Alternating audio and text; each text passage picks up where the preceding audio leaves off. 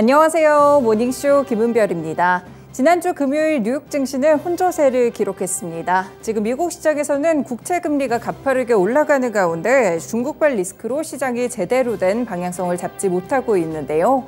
이번 주에는 그 윤곽이 제대로 드러날 것 같습니다. 현지 시간으로 23일 엔비디아가 실적을 발표하게 되면서 기술주들의 방향성을 잡아나갈 예정이고요. 바로 다음 날부터는 연준의 잭슨홀 컨퍼런스가 열리게 됩니다. 그렇기 때문에 파월 의장의 입에서 어떤 이야기가 나올지 조금 더 주목해 보실 수 있겠는데요. 결국 관전 포인트는 인플레이션 그리고 최근의 경기 상황, 마지막으로 연준의 금리 인상에 대한 방향성이 되겠죠. 이 부분을 파악해 보시면서 힌트를 얻어볼 수 있겠습니다. 과연 이번 주에 이런 이슈들은 시장에 어떤 출렁임을 가져오게 될지 모닝쇼에서도 함께 분석해 드리겠습니다.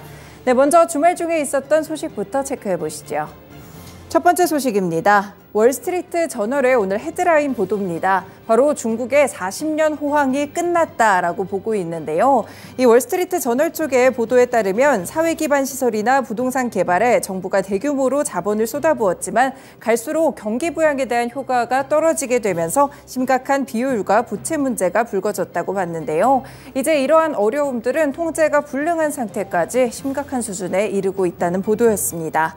월스트리트 저널은 중국 일부 지역은 사용률이 낮은 교량과 공항을 떠안았으며 수백만 채의 아파트가 미분양됐고 이 투자 수익률은 급감하고 있다라고 지적했는데요.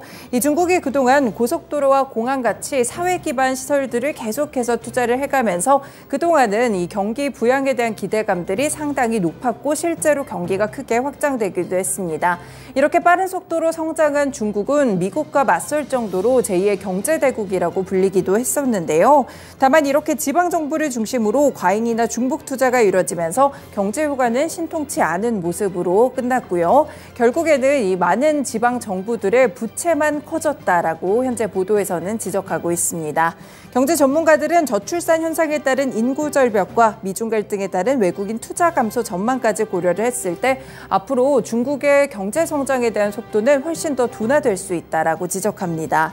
일부 전문가들은 현재 경기 둔화 조짐을 보이고 있는 중국 경제가 1990년대 이후 만성적인 침체를 겪고 있는 일본과 동일한 경로를 겪게 될 수 있다라고 지적도 하고 있는데요.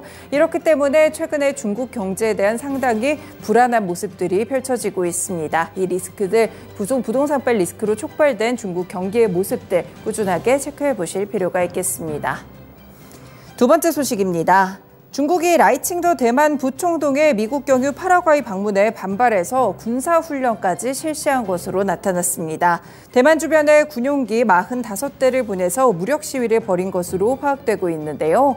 실제 대만 국방부가 X를 통해서 밝힌 바에 따르면 전날 오전 6시부터 이날 오전 6시까지 24시간 동안 대만 주변의 해역과 공역에서 중국 인민해방군 소속의 군용기 45대와 군함 5척을 포착했다고 밝혔습니다. 이 중 일부는 대만 해협의 중간선을 넘거나 대만의 또 서남부 방공식별 구역에 진입을 했다가 되돌아간 것으로 전해지고 있는데요. 일단 대만군 역시나 즉각 전투기와 함정을 동원하는 한편 기체 추적을 위한 방공미사일 시스템을 가동하기도 했습니다. 현재 대만의 차기 총통 후보들 가운데 지지율 1위를 달리고 있는 라이 부총통은 차이잉원 총통의 특사 자격으로 남미 수교국 파라과이의 산티아고 페니아 신임 대통령 취임 참석을 위해서 지난 12일 뉴욕을 거쳐서 파라과이에 도착을 했는데요. 그리고 샌프란시스코를 한 번 더 경유하게 되면서 18일 다시 한번 대만으로 돌아온 바가 있었습니다.